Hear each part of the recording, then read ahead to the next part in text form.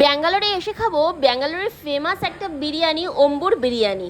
এর দাম নিয়েছিল মাত্র 130 টাকা, তাও আবার সাথে 3 পিস চিকেন আর আনলিমিটেড রায়তা আর স্যুপ। তো এখানে দেখো আমরা নিয়ে নিয়েছি 2 প্লেট হচ্ছে অম্বুর বিরিয়ানি। তোমরা কারা কারা ব্যাঙ্গালোরে এসে অম্বুর বিরিয়ানি খেয়েছো অবশ্যই জানিও। তোমরা সবসময় কমেন্টস করো যে তোমরা চিকিৎসা করতে যাও না খেতে যাও। সত্যি কথা বলতে খাওয়াটা তো হচ্ছে মানে না খেলে আমরা বাঁচতে পারবো না, এটা স্বাভাবিক ব্যাপার। তো খাওয়া দাওয়া তো থাকবেই, সাথে রোগ জ্বালা সবই থাকবে, সব কিছুকে মানিয়ে নিয়ে চলতে হবে। এই বিরিয়ানিটার মধ্যে কিন্তু অনেকটা থোকা থোকা সেই কি বলে ওগুলোকে গ্রেভি, মানে গ্রেভি একসঙ্গে লাগানো লাগানো টাইপের ছিল, পেঁয়াজ টিয়াজ সব কিছু মিলিয়ে। আর এখানে আনলিমিটেড রায়তা রাখা ছিল, মানে জাস্ট আমি তো বললাম যে আমার কপালটা খুলে গেছে। আমি এত রায়তা খেয়েছি, আমার বড় বলছে তুমি কি সব রায়তা শেষ করে দেবে নাকি। দেখো এখানে বড় সাইজের একটা লেগ পিস দিয়েছিল, আর সাথে দিয়েছিল একটা বড় সাইজের পিস, যেটা আমি পাপাইকে দিয়েছি, লেগ পিসটা আমি নিয়েছি। আর আরেকটা যেটা আমার বড় প্লেট ছিল ওটাতে ছিল 3টে চিকেন, যেহেতু লেগ পিস দিয়েছে আর সাইজগুলো বেশ বড় বড় ছিল তাই এটার মধ্যে 2টোই ছিল।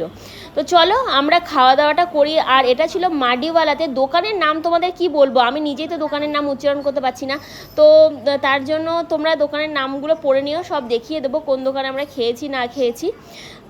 বিরিয়ানিটা বেশ একটু অন্যরকম ছিল, মানে এই রকম বিরিয়ানি সচরাচর আমি খাইনি, কারণ এটাতে একটু মশলা মশলা গন্ধ একটু অন্য ধরনের ছিল, মানে তোমাদেরকে টেস্টটা আমি ঠিক বলে বোঝাতে পারবো না।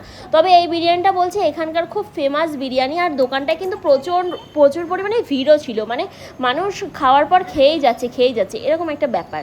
তো ভিড়ের কোনো কমতি নেই, দেখেই আমরা ঢুকলাম। অনেক দিন ধরে এই দোকানটাকে আমরা ফলো করছিলাম, কারণ এখানে না অনেক বড় বড় জানো তো পার্ক রয়েছে। আমরা রোজই পার্কে ঘুরতে যাই পাপাইকে নিয়ে, নয়তো পাপাই অনেক বোরিং হয়। তো তার জন্য আসার পথেই এখানে আমরা এই দোকানটা প্রতিদিন দেখতে পাই। তো এর জন্য ভাবলাম চলো আজকে একটু বিরিয়ানি খাই, আর রাতে রান্নাবান্না করব না, প্রতিদিন রান্নাবান্না করতে আর ভালো লাগছে না। এরপর আমি রায়তা দিয়ে আর গ্রেভি দিয়ে দুটো দিয়েই খাচ্ছিলাম, তবে আমার রায়তা দিয়ে সব থেকে বেশি ভালো লাগে। দেখো আমি এতটা রায়তা খেয়ে নিয়েছি, আমার বর বলছে যে একটু অল্প করে নাও, লোকে কি বলবে। এখন দোকানদার এসে যদি দেখে যে পুরো রায়তার তুমি ডিব্বাটা শেষ করে দিয়েছো, ওটা কী ভাববে যে সবই খেয়ে নিল। কিন্তু আমার তো রায়তা দিয়ে, সত্যি বলছি, বাড়িতেও আমার রায়তা দিয়ে বিরিয়ানি খেতে খুব ভালো লাগে। আর এই বিরিয়ানিটা না একটু মশলা মশলা স্মেল টাইপের একটু হয়, মানে আদা রসুন একটু গন্ধ গন্ধ টাইপের। তো রায়তা দিয়ে আমার বেশি ভালো লাগছিলো খেতে, ওটা ঠিক ফিল হচ্ছিল না। আর চিকেনটা একদম খুব সুন্দর সেদ্ধ হয়েছিল, একটু ছিবড়ে ছিল না, আর খেতেও কিন্তু খুব টেস্টি লাগছিলো।